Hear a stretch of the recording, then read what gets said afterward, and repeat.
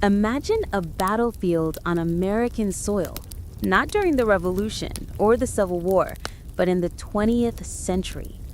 Imagine 10,000 armed men, coal miners, veterans of the Great War, marching towards a mountain ridge defended by thousands more. A private army hired by coal barons, equipped with machine guns and even airplanes hired to drop bombs. Imagine 5 days of intense, bloody combat, a conflict so large the U.S. Army had to intervene. This wasn't a skirmish, it was a war. The largest armed uprising in American history since the Civil War, fought not over slavery or secession, but over the right to dignity, the right to safety, and the right to form a union. Yet chances are you were never taught about it. This is the story of the Battle of Blair Mountain, the brutal, buried history of the West Virginia Coal Wars. Part 1. The Black Kingdom. Chapter 1. Coal is King. In the late 19th and early 20th centuries, coal was not just a rock dug from the earth, it was the lifeblood of industrial America. It powered the factories, heated the homes, fueled the railroads that stitched the nation together.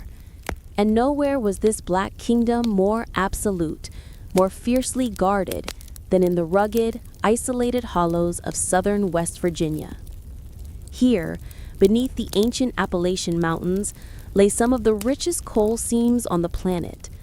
As America's industrial might exploded, demand for this fuel surged, and powerful coal companies, often financed by distant Wall Street banks and northern industrialists, descended upon the region.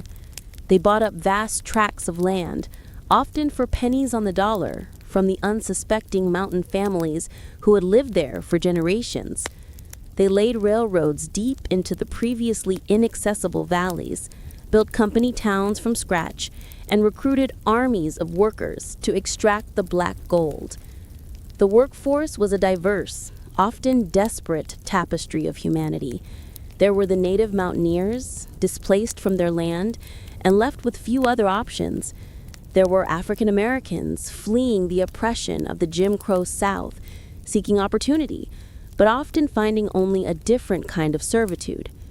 There were immigrants pouring in from Italy, Poland, Hungary, Wales, men drawn by the promise of work in America's booming economy, often arriving with little more than the clothes on their backs and unaware of the conditions that awaited them.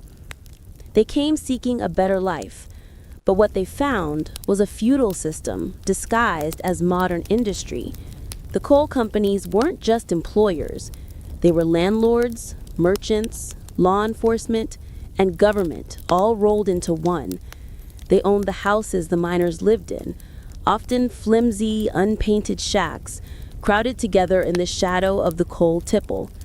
They owned the company store, the infamous Pluck Me, where miners were forced to buy their food, tools, and supplies at grossly inflated prices, usually with company-issued currency called scrip, which was worthless anywhere else.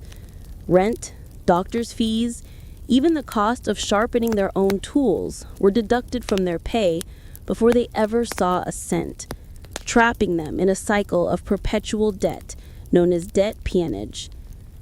The companies owned the churches, the schools, if any existed, and often the preachers and teachers within them. They controlled the local sheriffs and judges, either through direct payment or political influence. To enforce their rule, they employed private armies of guards, often recruited from the notorious Baldwin Felts Detective Agency, known for their ruthlessness and willingness to use violence to crush any sign of dissent.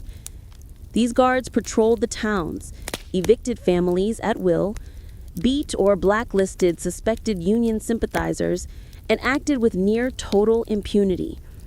In this closed world, the coal miner was king only of his own misery. His life was dictated by the shrill whistle of the mine, summoning him before dawn and releasing him after dark. Chapter 2. Life in the Pits. The work itself was brutal, dangerous, and often deadly. Deep underground, miners worked in near total darkness, their way lit only by the flickering, smoky flames of carbide lamps attached to their caps. They crawled through low seams, sometimes only inches high, their backs scraping against the rock ceiling.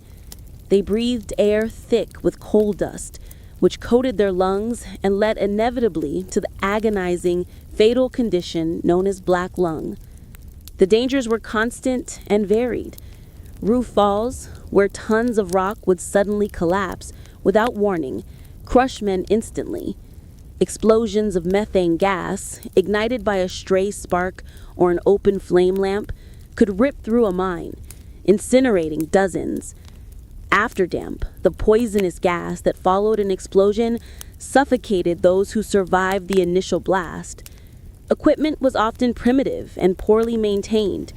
Safety regulations were virtually non-existent or simply ignored. Foremen pushed men relentlessly to meet quotas, often sacrificing safety for speed. Death was a constant companion in the mines. West Virginia had the highest mining fatality rate in the nation, and the nation had the highest rate in the world. Between 1990 and 1912 alone, over 3,200 men died in West Virginia's mines. Catastrophes like the 1907 Monaga mine disaster, which killed at least 362 men and boys, the official count was likely low due to poor record keeping, especially for immigrant workers, were horrifying landmarks in a landscape of daily attrition. For every man killed instantly, countless others were maimed or crippled or slowly suffocated by black lung. Yet despite the danger, the poverty, and the oppression, a fierce culture grew among the miners. They developed an intense camaraderie, a brotherhood forged in the shared darkness and danger of the pits. They relied on each other for survival, watching each other's backs, sharing meager rations, and mourning together when tragedy struck. This bond, this sense of collective identity and shared grievance, would become the bedrock upon which the Union movement would eventually be built. They were different races, different nationalities, different languages, but underground, in the face of the company's power and the Earth's indifference, they were simply miners. Chapter 3: The Seeds of Union. The idea of forming a union was not just desirable, it was an act of existential necessity. Only through collective bargaining could the miners hope to achieve fair wages paid in real money, reasonable working hours, the 10 or 12-hour day was standard, safer conditions, the right to shop at independent stores, and, most fundamentally, the right to be treated as human beings rather than company property. The United Mine Workers of America, UMWA, founded in 1890, was the miners' great hope. Organizing in the isolated, company-controlled camps of southern West Virginia, however, was incredibly dangerous work. Union organizers were considered dangerous radicals, outside agitators, stirring up trouble. They risked being beaten, shot, or simply disappearing at the hands of company guards. Miners suspected of attending union meetings or even whispering about the UMWA were fired, blacklisted, meaning no other coal company would hire them, and evicted from their company homes, often thrown out into the cold with their families and belongings. Despite the risks, the union message resonated. Figures emerged from the ranks of the miners themselves, leaders who articulated the deep-seated desire for justice. Frank Keeney, a fiery orator and former miner who had educated himself, became president of UMWA District 17, covering southern West Virginia. Fred Mooney, Keeney's close ally and secretary-treasurer, was a pragmatic and equally dedicated organizer. Together, they embodied the miner struggle. Perhaps the most famous figure to emerge was Mary Harris Jones, better known as Mother Jones, an elderly Irish immigrant with a grandmotherly appearance but a fighter's spirit and a wickedly sharp tongue. Mother Jones dedicated her life to the cause of labor. She traveled tirelessly through the coal fields, braving company thugs and court injunctions, organizing rallies and inspiring the miners and their families with her passionate speeches. She called the miners her boys and urged them to stand together. She famously declared, "Pray for the dead and fight like hell for the living." To the operators, she was a dangerous nuisance. To the miners, she was a saint. The operators fought back with everything they had. They refused to recognize the union, fired union members, and employed spies to infiltrate union meetings. They used the courts to issue injunctions against strikes and picketing.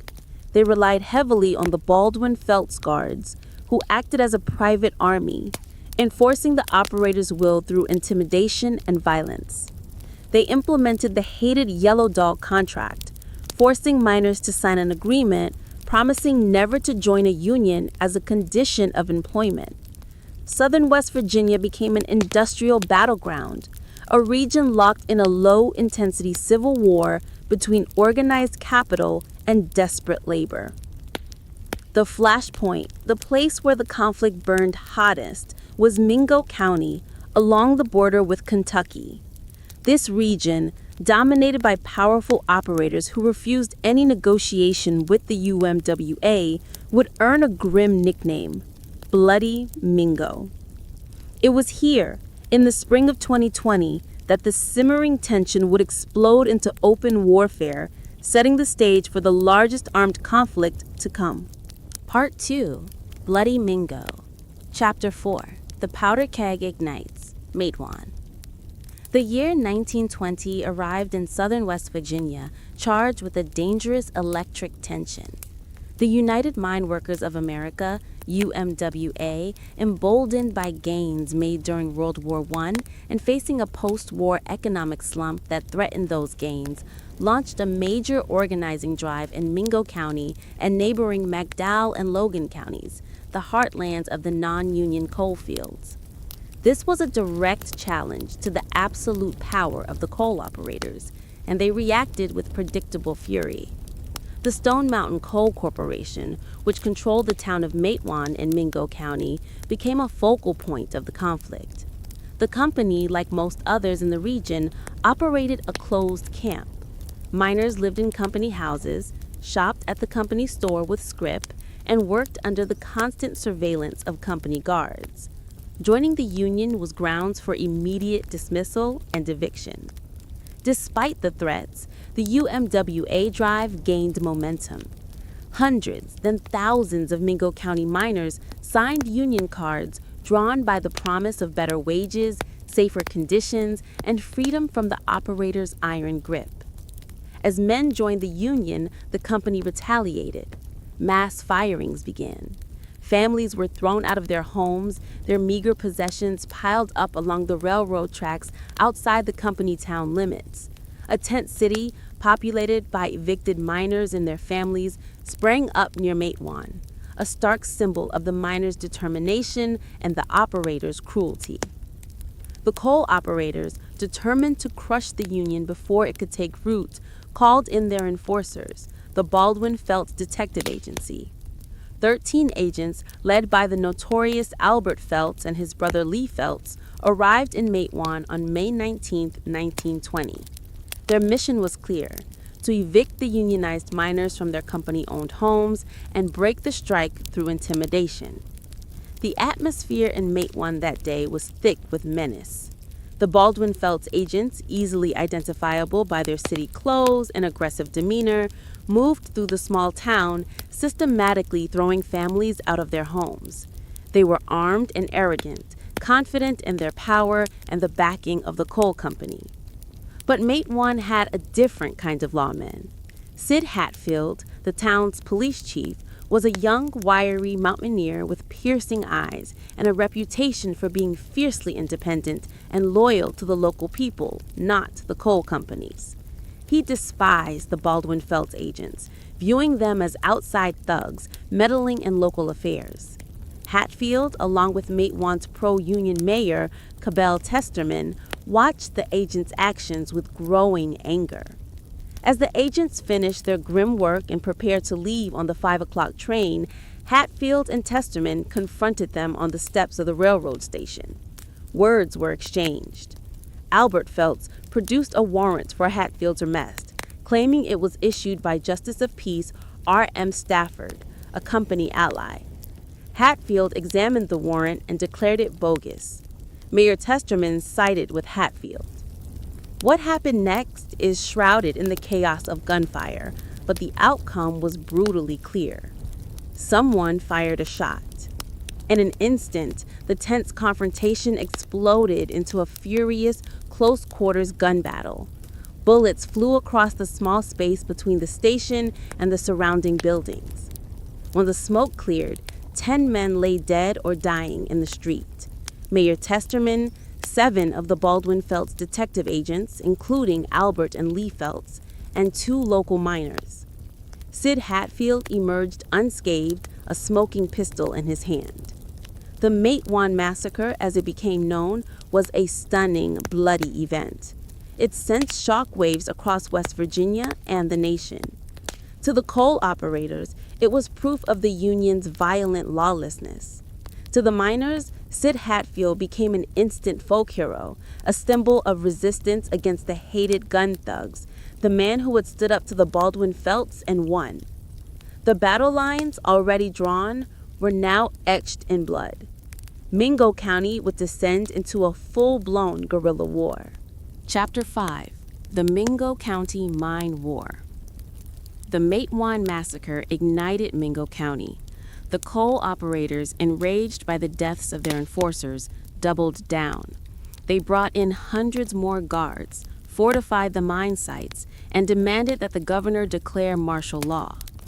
Governor John Cornwell, caught between the powerful operators and the increasingly militant miners, hesitated, but eventually sent in the state police and, later, federal troops to try and maintain order. But order was impossible. The evicted miners, living in tent colonies and fueled by a sense of righteous anger, began to fight back. Armed clashes erupted sporadically throughout the county. Snipers took pot shots at mine guards and non-union workers, scabs, from the wooded hillsides. Mine tipples were dynamited. Trains carrying strikebreakers were fired upon. The company guards retaliated with equal or greater violence, raiding the tent colonies, beating miners, and ambushing Union sympathizers. It was a cycle of attack and reprisal, a brutal, low-intensity war fought in the hollows and along the railroad tracks. Sid Hatfield, the hero of Matewan, became a prime target. He and nearly 24 miners were indicted for the murder of Albert Phelps. Their trial, held in Williamson under heavy guard, became a statewide sensation. The prosecution, funded by the coal operators, portrayed Hatfield as a cold-blooded killer. A defense, supported by the UMWA, painted him as a righteous lawman defending his town against outside aggressors. Witnesses gave conflicting accounts. In the end, fueled by local sympathy and a distrust of the coal companies, the jury acquitted Hatfield and all his co-defendants. The verdict was a stunning victory for the Union and a major blow to the operators. Hatfield's legend grew. The acquittal, however, did not bring peace. The violence in Mingo continued. Sid Hatfield, emboldened by his acquittal, remained a thorn in the side of the operators. He continued to openly support the Union, arrested company guards for carrying illegal weapons, and became a symbol of defiance. The operators decided he had to be eliminated. On August 1, 1921, Sid Hatfield and his close friend and deputy, Ed Chambers, traveled to Welch, the county seat of neighboring McDowell County, to face unrelated charges drummed up by the coal companies. They were accompanied by their wives. As Hatfield and Chambers, unarmed, climbed the steps of the McDowell County Courthouse, they were met by a group of Baldwin Phelps agents, including C.E. Lively, a notorious company spy who had infiltrated the Union and testified against Hatfield at his trial. Without warning, the agents opened fire, in broad daylight, riddling Hatfield and Chambers with bullets on the courthouse steps as their horrified wives looked on. It was a cold-blooded assassination, an act of vengeance for Matewan. Sid Hatfield, the miners' hero, was dead. Chapter 6. The Spark Catches Fire. The assassination of Sid Hatfield was the final spark that ignited the smoldering rage of the miners across southern West Virginia. News of his murder spread like wildfire through the coal camps and tent colonies. Hatfield was more than just a police chief. He was a symbol of resistance, proof that the company gun thugs were not invincible. His killing on the steps of a courthouse seemed to prove that there was no justice to be found in the system, that the companies controlled everything, even the law itself. Grief quickly turned to fury. Miners spontaneously walked off the job. Meetings were held, speeches were made, and a single powerful idea began to take hold. They would march. They would march south through Logan County, notoriously anti-union territory, controlled by the autocratic sheriff Don Chafin and his army of deputies, liberate the embattled miners of Mingo County, and end the system of gun thug rule and martial law once and for all. Frank Keeney and Fred Mooney, the UMWA district leaders, found themselves trying to ride a tidal wave of popular anger they could barely control. They knew the dangers of an armed march, the potential for catastrophic violence and federal intervention. They tried to counsel caution, but the miners' blood was up. Mother Jones, ever the firebrand, rushed to the region urging the men to arm themselves and fight for their rights, though she later attempted to halt the march when she realized its scale and the potential for disaster. In late August 1921, thousands of miners began to gather at Lenz Creek Mountain near Marmet, just south of the state capital, Charleston. They came from mines all across the Kanawha Valley and beyond.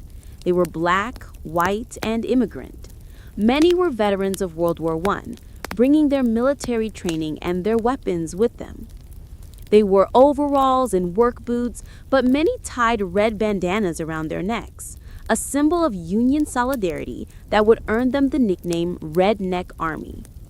Estimates of their numbers vary, but somewhere between 7,000 and 13,000 armed men prepared to march south. Their objective was clear: cross the heavily defended ridge of Blair Mountain, the gateway to Logan County, break the power of Sheriff Don Chafin, and then push on to Mingo to support their striking brothers. They saw themselves not as rebels, but as patriots, fighting for their constitutional rights against a tyrannical system enforced by private armies. They carried American flags alongside their Union banners. They were an army of citizens ready to fight for their freedom in the heart of America. The stage was set for the largest armed confrontation on American soil since Appomattox. Part 3. The March and the Mountain. Chapter 7. The Redneck Army Assembles. The gathering on Lenz Creek Mountain in late August 1921 was unlike anything West Virginia or indeed America had ever seen. It wasn't a planned military operation, but a spontaneous, almost organic eruption of working-class fury. Thousands of coal miners, their faces grim and determined, poured into the makeshift encampment. They arrived on foot, crammed into trucks, or riding commandeered trains, carrying whatever weapons they possessed: squirrel rifles, shotguns handed down through generations, modern Army-issue Springfield rifles brought back from the Great War, and pistols tucked into belts. The atmosphere was a strange mix of grim determination, righteous anger, and almost carnivalesque excitement. These men were not professional soldiers, but they were united by a shared sense of grievance and a profound belief in the justice of their cause. They saw the assassination of Sid Hatfield as the final intolerable act in a long campaign of oppression. They were marching, they told anyone who asked, to free Mingo County from martial law and break the iron grip of Sheriff Don Chafin in Logan County, whose brutal anti-union tactics were infamous. Leadership was informal and often chaotic. While UMWA officials like Frank Keeney and Fred Mooney hovered nervously on the periphery, trying to gain control, the real momentum came from the rank and file. Bill Blizzard, a charismatic young miner barely in his 20s, but already a veteran organizer and president of UMWA Sub-District 2, emerged as a key field commander. He was known for his courage and his ability to connect with ordinary miners. Other leaders sprang up organically from the crowds, men respected for their experience in the mines or their service in the recent World War. They organized themselves loosely along military lines, forming squads and companies. Veterans attempted to instill some discipline, setting up patrols and distributing what meager supplies they had, mostly coffee, beans, and bread, donated by sympathetic communities or seized from company stores along the route. Medical stations were established, staffed by volunteer nurses and doctors, anticipating the violence to come. They even established rough systems of communication, using runners and commandeered telephone lines. Many miners tied red bandanas around their necks. The origin of this symbol is debated, perhaps a sign of solidarity, perhaps a way to identify friend from foe in the coming chaos, but it gave the miners' army its enduring nickname, the Redneck Army. They were reclaiming a term often used derisively against poor Southerners and turning it into a badge of honor, a symbol of working-class defiance. They carried American flags alongside UMWA banners, emphasizing that they saw themselves not as rebels against the government, but as citizens fighting for their constitutional rights against the tyranny of the coal operators and their private armies. News of the massive armed gathering sent shockwaves through Charleston and Washington, D.C. Governor Ephraim Morgan pleaded with the miners to disperse, warning of federal intervention. He dispatched Colonel William Eubanks of the West Virginia National Guard to meet with the miners' leaders and persuade them to turn back. Keeney and Mooney, fearing a bloodbath, tried to use the threat of federal troops to convince the men to halt. Even Mother Jones, who had initially fanned the flames, now tried to stop the march, reportedly telling the men, go home and leave your guns behind." But the momentum was too great. The miners had felt betrayed too many times. They distrusted the governor, whom they saw as being in the pocket of the coal operators. They believed that only direct action, an armed demonstration of their power, could break the stalemate in Mingo and Logan counties. On August 24th, after days of tense waiting and debate, the decision was made. The Redneck Army began its march south towards Logan County and the formidable natural barrier that stood in their way, Blair Mountain. Chapter 8. Chafin's Fortress. Logan County was Don Chafin's kingdom. The High Sheriff of Logan County was not merely a lawman. He was an autocrat who ruled the county with an iron fist. Funded lavishly by the coal operators in exchange for keeping the UMWA out. Chafin commanded a virtual army of hundreds, perhaps thousands of deputies, many of them little more than company guards deputized by Chafin himself. He maintained his power through bribery, intimidation, and brutal violence. Logan County was a fortress against unionism, and Don Chafin was its undisputed warlord. When news of the miners' march reached Chafin, he reacted swiftly and decisively. He knew that if the Redneck Army crossed Blair Mountain and entered Logan County, his reign and the operators' absolute control would be shattered. He declared his intention to stop the miners at all costs. Using the operators' vast financial resources, Chafin mobilized his defenses. He deputized hundreds more men, anyone willing to take up a gun against the Union miners, including clerks, businessmen, and professional strikebreakers. He positioned his forces along the crest of Blair Mountain, a steep, heavily wooded ridge that formed a natural defensive line stretching for miles. This was the only practical route for the miners to march south. Chafin's army was well equipped. The operators supplied them with modern rifles, ample ammunition, and, crucially, machine guns. They dug trenches, built crude fortifications, and established command posts along the ridge. Chafin also hired private airplanes. While their primary role was reconnaissance, flying over the advancing miners' columns to report their numbers and movements, there were numerous credible reports from miners that these planes also dropped makeshift bombs, pipes filled with explosives and scrap metal, and tear gas onto their positions. This would make Blair Mountain one of the first instances in history where airplanes were used in combat against civilians on American soil. Chafin's forces were a mix of his own loyal deputies, company guards, middle-class volunteers from Logan and surrounding towns terrified by the prospect of an invasion by armed miners, and professional gunmen. They were united by their opposition to the Union and their determination to defend Logan County. As the Redneck Army approached from the north, Chafin's defenders waited on the ridge, dug in and heavily armed. Blair Mountain was being transformed into a battlefield. Chapter 9. The Collision Course. The miners' march south from Lenz Creek was initially more of a slow, sprawling migration than a disciplined military advance. Thousands of men, carrying their weapons and meager supplies, snaked through the narrow valleys and over the steep hills. They commandeered trains, forcing engineers at gunpoint to transport them closer to their objective. They requisitioned food and supplies from company stores, often leaving sign-dialies promising payment after the Union victory. Despite the chaotic nature of the march, there was a shared sense of purpose. They sang Union songs, shared stories, and bolstered each other's courage.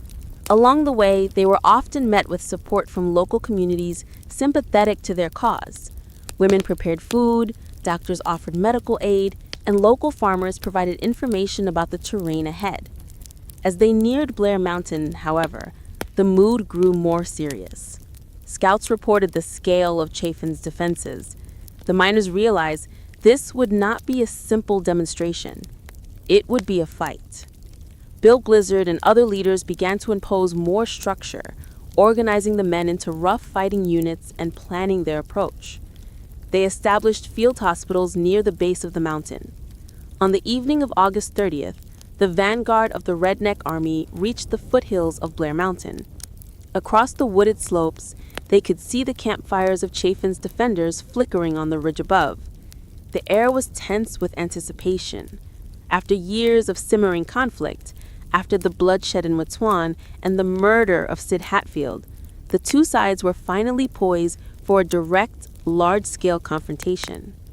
Governor Morgan, realizing the situation was spiraling out of control, made frantic appeals to the federal government. President Warren Harding, initially reluctant to intervene, was now faced with the prospect of a civil war erupting in West Virginia. He placed federal troops on alert and dispatched Brigadier General Henry Bandholtz, a seasoned military troubleshooter, to assess the situation. But events on the ground were moving too fast for diplomacy. On the morning of August 31st, 1921, the first shots were fired. Scouts from both sides clashed in the dense woods on the slopes of Blair Mountain. The Battle of Blair Mountain had begun. Chapter 8. Chafin's Fortress. Logan County was Don Chafin's kingdom.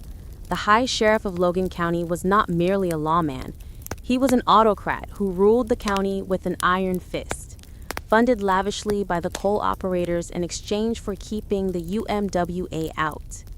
Chafin commanded a virtual army of hundreds, perhaps thousands of deputies, many of them little more than company guards deputized by Chafin himself. He maintained his power through bribery, intimidation, and brutal violence. Logan County was a fortress against Unionism, and Don Chafin was its undisputed warlord. When news of the miners' march reached Chafin, he reacted swiftly and decisively. He knew that if the Redneck Army crossed Blair Mountain and entered Logan County, his reign and the operators' absolute control would be shattered. He declared his intention to stop the miners at all costs. Using the operators' vast financial resources, Chafin mobilized his defenses. He deputized hundreds more men, anyone willing to take up a gun against the Union miners, including clerks, businessmen, and professional strikebreakers. He positioned his forces along the crest of Blair Mountain, a steep, heavily wooded ridge that formed a natural defensive line stretching for miles. This was the only practical route for the miners to march south. Chafin's army was well equipped. The operators supplied them with modern rifles, ample ammunition, and, crucially, machine guns. They dug trenches, built crude fortifications, and established command posts along the ridge. Chafin also hired private airplanes. While their primary role was reconnaissance, flying over the advancing miners' columns to report their numbers and movements, there were numerous credible reports from miners that these planes also dropped makeshift bombs, pipes filled with explosives and scrap metal, and tear gas onto their positions. This would make Blair Mountain one of the first instances in history where airplanes were used in combat against civilians on American soil. Chafin's forces were a mix of his own loyal deputies, company guards, middle-class volunteers from Logan and surrounding towns terrified by the prospect of an invasion by armed miners, and professional gunmen. They were united by their opposition to the Union and their determination to defend Logan County. As the Redneck Army approached from the north, Chafin's defenders waited on the ridge, dug in and heavily armed. Blair Mountain was being transformed into a battlefield. Chapter 9. The Collision Course. The miners' march south from Lenz Creek was initially more of a slow, sprawling migration than a disciplined military advance. Thousands of men, carrying their weapons and meager supplies, snaked through the narrow valleys and over the steep hills. They commandeered trains, forcing engineers at gunpoint to transport them closer to their objective. They requisitioned food and supplies from company stores, often leaving signed IOUs promising payment after the Union victory. Despite the chaotic nature of the march, there was a shared sense of purpose. They sang Union songs, shared stories, and bolstered each other's courage. Along the way, they were often met with support from local communities sympathetic to their cause. Women prepared food, doctors offered medical aid, and local farmers provided information about the terrain ahead. As they neared Blair Mountain, however, the mood grew more serious. Scouts reported the scale of Chafin's defenses. The miners realized this would not be a simple demonstration. It would be a fight. Bill Blizzard and other leaders began to impose more structure, organizing the men into rough fighting units and planning their approach. They established field hospitals near the base of the mountain. On the evening of August 30th, the vanguard of the Redneck Army reached the foothills of Blair Mountain. Across the wooded slopes, they could see the campfires of Chafin's defenders flickering on the ridge above. The air was tense with anticipation. After years of simmering conflict, after the bloodshed in Matewan and the murder of Sid Hatfield, the two sides were finally poised for a direct, large-scale confrontation. Governor Morgan, realizing the situation was spiraling out of control, made frantic appeals to the federal government. President Warren Harding, initially reluctant to intervene, was now faced with the prospect of a civil war erupting in West Virginia. He placed federal troops on alert and dispatched Brigadier General Henry Bandholtz, a seasoned military troubleshooter, to assess the situation. But events on the ground were moving too fast for diplomacy. On the morning of August 31st, 1921, the first shots were fired. Scouts from both sides clashed in the dense woods on the slopes of Blair Mountain. The Battle of Blair Mountain had begun. Part 4. The 5-Day War. Chapter 10. The Battle Begins. Fire in the Hollers. The first shots on Blair Mountain were likely fired by nervous scouts encountering each other in the dense underbrush that choked the mountainside. What began as scattered skirmishes on the morning of August 31st, 1921, quickly escalated into a full-blown, chaotic battle along a front stretching nearly 10 miles across the rugged ridges separating Logan and Boone counties. This was not a conventional battlefield. The terrain itself dictated the nature of the fighting. Steep, heavily wooded slopes, deep ravines known locally as hollers, and thick thickets of laurel and rhododendron made coordinated troop movements nearly impossible, especially for the loosely organized miners. It was terrain perfectly suited for ambush, sniper fire, and brutal, close quarters combat. The miners, many of them experienced hunters and veterans of the trenches in France, used the terrain to their advantage. They advanced uphill, taking cover behind trees and rocks, firing opportunistically at the defenders dug in along the crest. Leadership remained decentralized. Groups of miners often operated under locally chosen captains, pushing forward where they saw an opportunity, falling back when they met heavy resistance. Communication was difficult, relying on runners scrambling through the woods or shouts echoing across the hollers. It was a people's army, driven by raw courage and fury, but lacking the discipline and coordination of a professional force. Facing them were Sheriff Chafin's defenders, arguably better positioned and certainly better equipped. They held the high ground, a significant tactical advantage. They had established machine gun nests at key points overlooking the approaches to the ridge, capable of unleashing devastating waves of fire. They dug trenches and rifle pits, using the natural contours of the land for cover.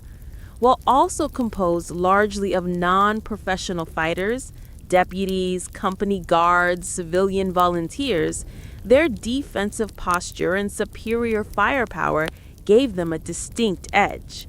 Command was more centralized under Chafin and his lieutenants, who directed the defense from command posts along the ridge. The initial fighting was fierce and sporadic. Miners would charge up a slope, exchanging heavy rifle fire with the defenders, only to be driven back by blistering machine gun volleys. Snipers on both sides took a deadly toll, their single shots echoing through the trees, often finding their mark before the victim even knew they were targeted. The woods became a confusing, terrifying labyrinth where friend and foe could be hard to distinguish, and death could come suddenly from any direction. The sounds of battle, the crack of rifles, the stuttering roar of machine guns, the shouts of men, the cries of the wounded echoed through the normally quiet mountains, a terrifying symphony of industrial warfare brought to the Appalachian wilderness. Chapter 11: Fire on the Mountain. Over the next few days, the battle raged with unrelenting ferocity.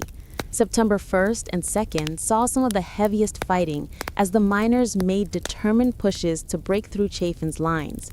The battle wasn't a single continuous engagement, but a series of intense localized firefights erupting all along the 10-mile front. Specific locations became focal points of the struggle. Miners repeatedly assaulted positions near the villages of Ethel and Sharples, trying to find a weak point in the defensive line.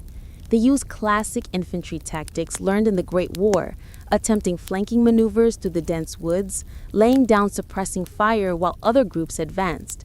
But Chafin's machine guns, strategically placed to cover open ground and intersecting trails, proved devastatingly effective. Charges were broken up, advances stalled, and casualties mounted. The defenders weren't passive. They launched counterattacks, attempting to push the miners back down the slopes.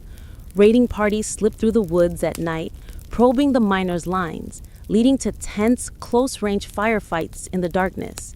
The experience was harrowing for both sides. Men fought with a primal intensity, fueled by adrenaline, fear, and deeply ingrained hatred. Miners saw Chafin's men as hired thugs, defending a tyrannical system. Chafin's defenders saw the miners as a dangerous mob, Bolsheviks and anarchists threatening to destroy their homes and way of life. Propaganda heavily pushed by the coal operators. Caring for the wounded was a desperate affair, especially for the miners. Makeshift aid stations were set up in sheltered hollows behind the lines. Doctors and nurses, many volunteering from nearby towns, worked tirelessly with limited supplies, often under fire. Getting the seriously wounded out of the mountains and back to hospitals in towns like Marmette or Charleston was a perilous, agonizing journey over rough terrain. Many men died from their wounds before they could reach proper medical care. The exact number of casualties on both sides remains unknown and fiercely debated, hidden by the chaos of the battle and subsequent efforts to downplay the conflict. But estimates range from dozens to potentially over 100 killed, with many hundreds more wounded. The psychological toll was immense. Men endured days of constant fear, noise, and death, often with little food or sleep. The dense woods, which offered cover, also created a sense of claustrophobia and disorientation. Snipers seemed omnipresent.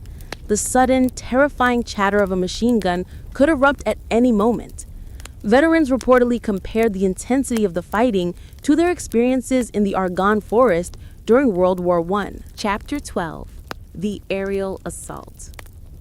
Adding a new and terrifying dimension to the conflict was the use of airplanes. Don Chafin, backed by the coal operators' money, hired several private aircraft, including at least one biplane equipped with a machine gun. These planes flew repeated sorties over the miners' positions throughout the battle. Their primary role was reconnaissance. From the air, Chafin's commanders could get a clearer picture of the miners' numbers, movements, and concentrations, information crucial for directing the defense and deploying reinforcements. The drone of the engines overhead was a constant, unnerving presence for the miners, a reminder that they were being watched, even in the dense woods. But the planes did more than just watch. Numerous first-hand accounts from miners described the aircraft dropping bombs and tear gas. The bombs were often crude, improvised devices, sections of pipe filled with explosives, nuts, bolts, and scrap metal, designed to injure and demoralize rather than cause mass casualties.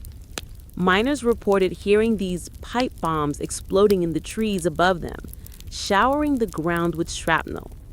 There were also reports of tear gas canisters being dropped, forcing miners to abandon their positions, choking and blinded. While the physical damage caused by these aerial attacks may have been limited, the psychological impact was enormous. For miners who had never seen an airplane used in combat, it was a terrifying and futuristic weapon. It represented the overwhelming technological and financial power of the forces arrayed against them. It felt like an unfair fight, a symbol of the operators' willingness to use any means necessary to crush them. The use of airplanes against American citizens on American soil was unprecedented and remains one of the most shocking and controversial aspects of the Battle of Blair Mountain. Chapter 13: Stalemate and Attrition. By September 3rd, after nearly 4 days of intense fighting, the battle had settled into a bloody stalemate. The miners, despite their courage and determination, had failed to break through Chafin's well-defended lines. They held the slopes and hollows below the ridge, but could not dislodge the defenders from the crest. Chafin's forces, while successful in holding their ground, were unable to decisively rout the thousands of determined miners facing them. The conflict devolved into a brutal war of attrition. Both sides were exhausted, running low on ammunition and supplies. The initial fervor of the march had faded, replaced by the grim reality of sustained combat. The woods were filled with the dead and wounded. Sanitation was non-existent. Food was scarce. Rain turned the slopes into slick mud. Yet, neither side was willing to give way. The miners felt they had come too far, sacrificed too much to turn back now. They continued to probe the lines, launching small-scale attacks, hoping for a breakthrough.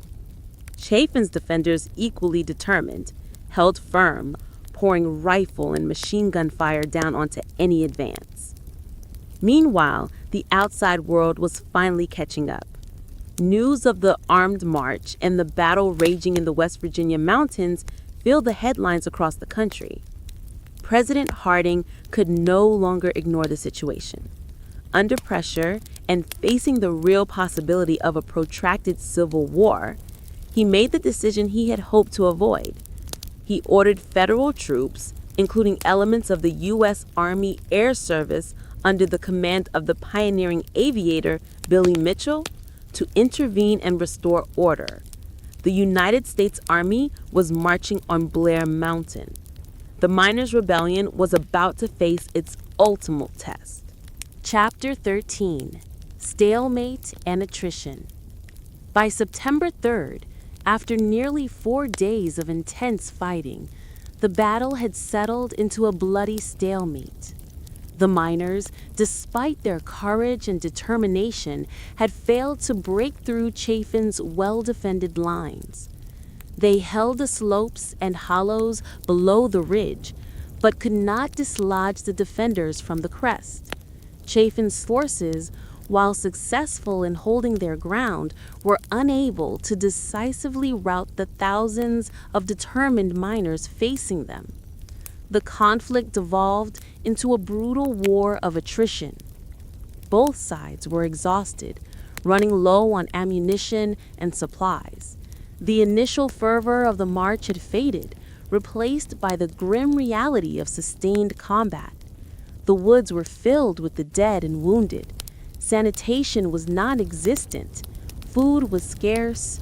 Rain turned the slopes into slick mud. Yet neither side was willing to give way. The miners felt they had come too far, sacrificed too much to turn back now. They continued to probe the lines, launching small-scale attacks, hoping for a breakthrough. Chafin's defenders, equally determined, held firm, pouring rifle and machine gun fire down onto any advance. Meanwhile, the outside world was finally catching up. News of the armed march and the battle raging in the West Virginia mountains filled the headlines across the country. President Harding could no longer ignore the situation. Under pressure and facing the real possibility of a protracted civil war, he made the decision he had hoped to avoid. He ordered federal troops, including elements of the U.S. Army Air Service under the command of the pioneering aviator Billy Mitchell, to intervene and restore order. The United States Army was marching on Blair Mountain. The miners' rebellion was about to face its ultimate test. Part 5. The Federal Hammer Falls. Chapter 14. Uncle Sam Arrives. The news that federal troops were on their way spread quickly through both the miners' ranks and Chafin's defenders. For the miners, it was a moment of profound crisis and decision. They had marched under American flags, proclaiming their loyalty to the nation and arguing they were fighting for constitutional rights against the tyranny of the coal companies and their private armies. They believed, perhaps naively, that the federal government might intervene on their behalf or at least remain neutral. The arrival of the U.S. Army, however, signaled that the government viewed them as the insurrectionists. President Warren G. Harding's proclamation, issued on August 30th but only now taking full effect, demanded the marchers disperse immediately or face the might of the United States military. Brigadier General Henry Bandholtz, accompanied by Colonel Billy Mitchell of the Army Air Service, arrived in Charleston to oversee the deployment. Mitchell's bombers, stationed nearby, were prepared for action, though their primary mission was reconnaissance and intimidation rather than active bombing runs against the miners. The presence of the U.S. Army changed everything. Most of the miners, particularly the veterans among them, were fiercely patriotic. They had fought under the American flag in World War I, and the thought of firing on U.S. soldiers was unthinkable. It violated their deepest sense of identity and loyalty. While a few hardliners might have contemplated resistance, the overwhelming sentiment was clear. They would not fight Uncle Sam. Bill Blizzard, Frank Keeney, Fred Mooney, and other leaders recognized the futility and potential catastrophe of confronting federal troops. They spread the word through the miners' lines. The march was over. They urged the men to lay down their arms, or at least hide them, and return home peacefully. Chapter 15: The Surrender. The dispersal of the Redneck Army was as chaotic and informal as its assembly. There was no formal surrender ceremony, no signing of documents. Beginning around September 3rd and 4th, miners simply began to melt away from the mountainside. They hid their rifles and pistols in the woods, hoping to retrieve them later, or wrapped them in blankets and tried to smuggle them home. Small groups and individuals slipped back through the hollows, avoiding the main roads where state police and company guards might intercept them. The journey home was perilous. Many were arrested, harassed, or beaten by Chafin's deputies or state police eager to exact revenge. Some miners reportedly had to walk hundreds of miles, avoiding towns and railroad lines, living off the land until they reached safer territory. Federal troops arrived in force, marching into the battle zone with machine guns and field artillery.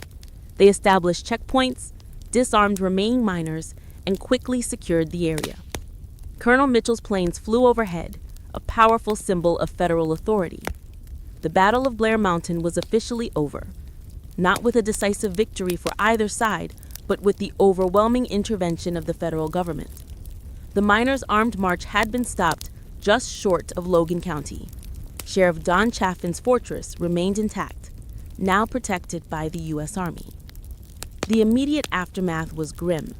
The mountainside was littered with spent shell casings, abandoned equipment, and the hastily buried graves of the fallen. Hundreds of miners were arrested and indicted on charges ranging from conspiracy and insurrection to murder and treason against the state of West Virginia. Chapter 16: Treason Trials and the Long Shadow. The legal repercussions were swift and severe, designed to crush the Union movement permanently. Over 500 miners were indicted. The most prominent leaders, including Bill Blizzard, Frank Keady, and Fred Mooney, faced charges of treason. Bill Blizzard's treason trial, held in Charlestown in the Eastern Panhandle, chosen for its perceived distance from the pro-Union sentiment of the coalfields, became a national spectacle. The state argued that Blizzard had levied war against West Virginia. The defense, funded by the UMWA and featuring skilled labor lawyers, argued that the miners were defending themselves against the unconstitutional tyranny of the coal operators and their private armies, and that their fight was not against the state, but against forces the state had failed to control. After a dramatic trial filled with conflicting testimony, Blizzard was acquitted by a sympathetic jury. It was a stunning legal victory, but it did little to change the balance of power in the coalfields. While most other treason charges were eventually dropped or ended in acquittals, hundreds of miners faced lesser charges. Many served jail time. The legal battles drained the UMWA's resources and demoralized its members. The sheer force of the federal intervention and the subsequent legal crackdown effectively broke the back of the UMWA's organizing drive in southern West Virginia for years to come. The coal operators, backed by the state and federal government, had won. Logan and Mingo counties remained bastions of non-union coal production. The Battle of Blair Mountain itself quickly faded from public memory, buried under a combination of official suppression, shame, and the rapid pace of national events. Textbooks rarely mentioned it. The site itself was largely forgotten. The trenches overgrown, the bullet scars on the trees healed over. It became a hidden chapter, a story whispered in the coal camps, but rarely discussed in the open. Epilogue: Echoes of Blair Mountain. The legacy of the Battle of Blair Mountain is complex and enduring. On the surface, it was a crushing defeat for the miners and the UMWA. The Union would not gain a significant foothold in southern West Virginia until the New Deal legislation of the 1930s finally guaranteed the right to organize. Yet the battle also stands as a testament to the extraordinary courage and determination of ordinary working people fighting for their rights against overwhelming odds. It highlighted the brutal conditions in the coalfields and the extreme lengths to which industrial powers would go to maintain control. The image of thousands of armed miners marching for their rights carrying American flags remains a powerful, if often overlooked, symbol of American labor radicalism and the fight for industrial democracy. In recent decades, there has been a renewed effort to reclaim the history of Blair Mountain. Historians have shed new light on the event. Local communities have worked to preserve the memory of the miners' struggle. The battlefield site itself became the subject of a long fight between preservationists and coal companies seeking to engage in mountaintop removal mining on the historic ridge. In 2018, the Blair Mountain battlefield was finally relisted on the National Register of Historic Places, offering it some protection. The Battle of Blair Mountain serves as a stark reminder of a time when labor disputes were fought not just with picket signs, but with bullets. It is a story of class warfare, of corporate power versus human dignity, played out on a bloody mountainside in the heart of Appalachia. It is America's forgotten war, a battle whose echoes still resonate in the ongoing struggles for workers' rights and social justice today.